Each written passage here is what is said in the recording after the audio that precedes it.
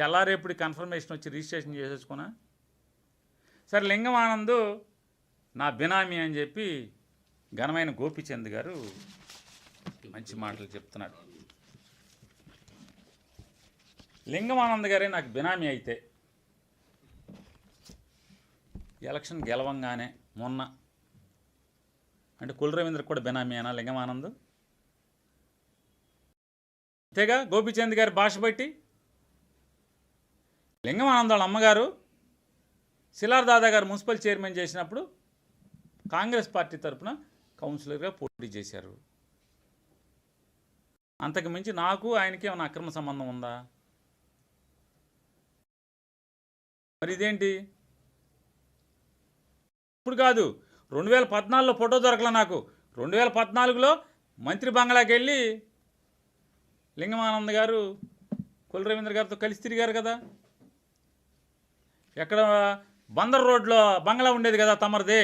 కుల రవీంద్ర గారు గోపిచంద్ గారితో మాట్లాడిచ్చారు. మీరేం మాట్లాడిచ్చారు, రాసిచ్చారు నాకు తెలుసు. ఎందుకంటే అధికారం అనుభవిస్తున్నాడు కాబట్టి ఈ లేటు వయసులో కూడా పాపం మాటలు మాట్లాడుతున్నాడు గోపిచంద్ గారు. మరి అప్పుడు నీకు బినామీనా? ఇది లింగమానంద్ గారు కుల రవీంద్ర గారు పక్కన అంటే కొత్తగా బినామీ. ఇది ఎప్పుడు గెలవంగానే 2024 జూన్లో, ఇది మన 2025 జనవరి 1 జనవరి 1కి ఇది ఎవరు? కుల రవీంద్ర బినామీగా. అంటే లింగమానంద్ ఎంతమందికి బినామీ ఉంటాడు? కుల రవీంద్రకి బినామీ, నాకు బినామీనా?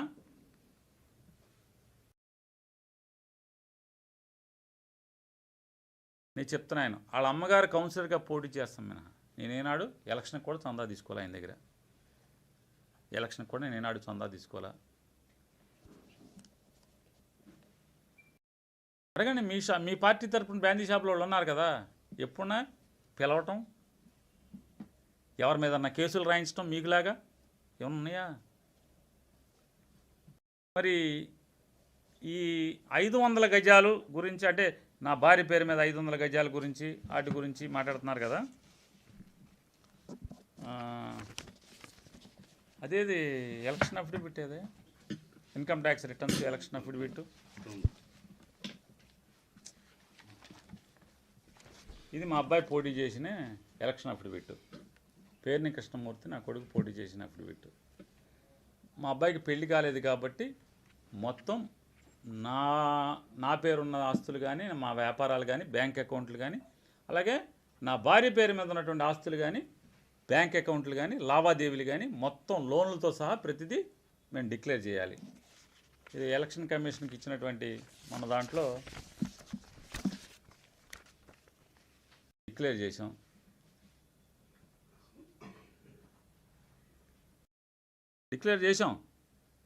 ఏంటి దాపరకం ఎక్కడుంది? రిజిస్టర్ ఆఫీసులో డాక్యుమెంటు, ఇన్కమ్ ట్యాక్స్ రిటర్న్స్లో ఫైల్ చేసాం. ఇన్కమ్ ట్యాక్స్ రిటర్న్స్ ఏదయ్యా చూడు శ్యామ్, చూడ సుధా గారిది ఇన్కమ్ ట్యాక్స్ రిటర్న్స్ మొన్నటిది లాస్ట్ ఇయర్ది. మరి దీంట్లో ఉంది కదా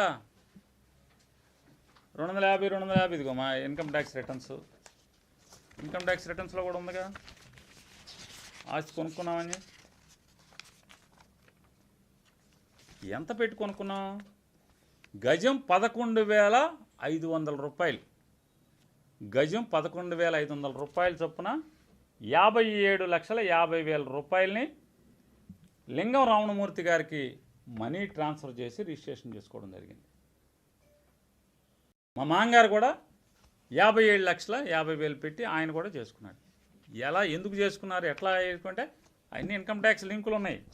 ఆ లింకులు కూడా మీకు తెలుసు, చెప్తా, దానికి కూడా వస్తా.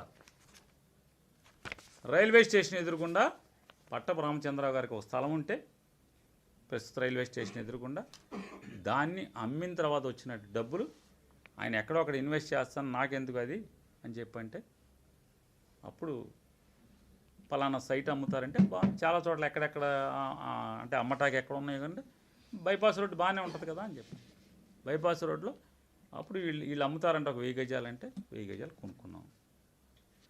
గజం 11,500 చొప్పున 2022లో. కానీ అంతకన్నా తక్కువ కొందా పనేది ఉన్నా బైపాస్ రోడ్లో 2022లో ఎంత ఉంది? ఆంధ్రజ్యోతి విలేకరు గారి ఇంటి ముందే కదా అది.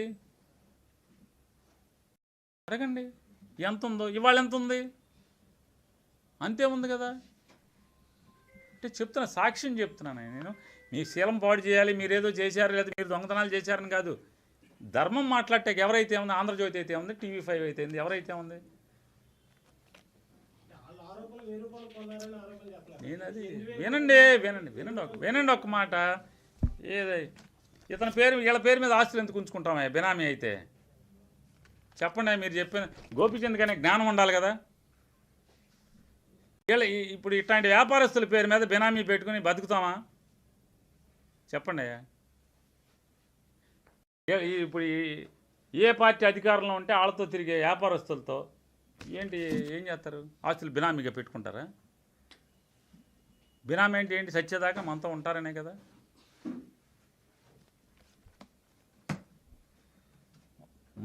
క్యాష్ ట్రాన్స్ఫర్ చేసి, డబ్బులు వైట్ అమౌంట్ ట్రాన్స్ఫర్ చేసి, నా భార్య ఒక 57 లక్షలు చిల్లర, మా మామగారు ఒక 57 లక్షల.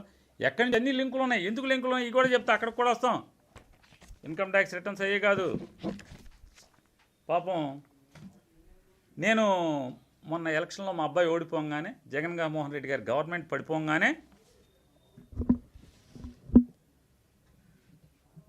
ఆ వివరాలకు వచ్చే ముందు అసలు దీని నేపథ్యం అసలు నా మీద ఒక్కసారిగా వీళ్ళ దగ్గర 2000 దానికోసం వచ్చాయి. 2024లో నేను ఓడిపోగానే రిజిస్టర్ ఆఫీసులో బాలాజీ అనేటువంటి అనుచరుడు కొల్లు రవీంద్రకి, అలాగే దిలీప్ అనేటువంటి గోపీచంద్ర గారికి ఏదో గుండెకాయ ఏదో కాయ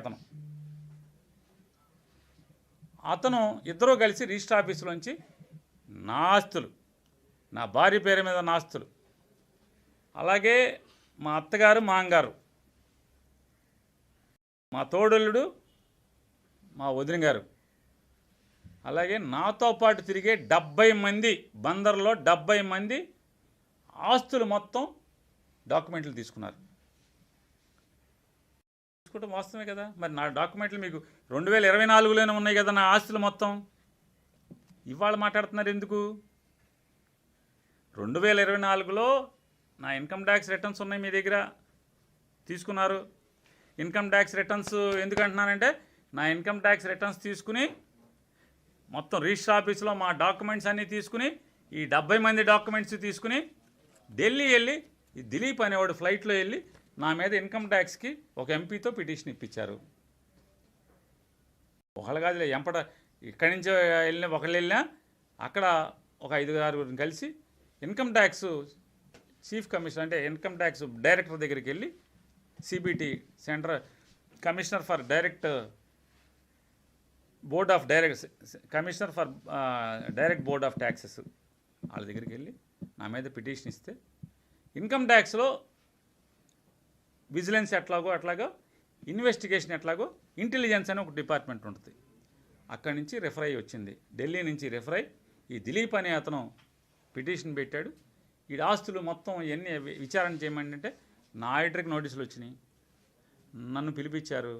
మొత్తం మా ఆస్తులు ఇన్కమ్ ట్యాక్స్ మొత్తం ఇన్కమ్ ట్యాక్స్ వాళ్ళు వస్తే ఏం చేస్తారు? బ్యాంకులు మొత్తం వడగడతారు కదా, ట్రాన్సాక్షన్స్ మొత్తం వడగట్టారు. మీకు గుర్తుండాలి, కొల్లు రవీంద్ర గారు చాలాసార్లు మాట్లాడాడు. ఏమని? పేరునని ఇన్కమ్ ట్యాక్స్ వచ్చి లోపలేస్తుంది, ఈడీ లోపలేస్తుంది అని కూడా మాట్లాడాడు. మీకు గుర్తుంటే పాత లైబ్రరీలోంచి తీసుకోండి ఒకసారి.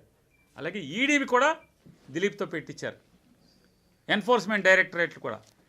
అక్కడి నుంచి కూడా నా మీద విచారణ జరిగింది, ఎన్ఫోర్స్మెంట్ డైరెక్టరేట్లో కూడా విచారణ జరిగింది.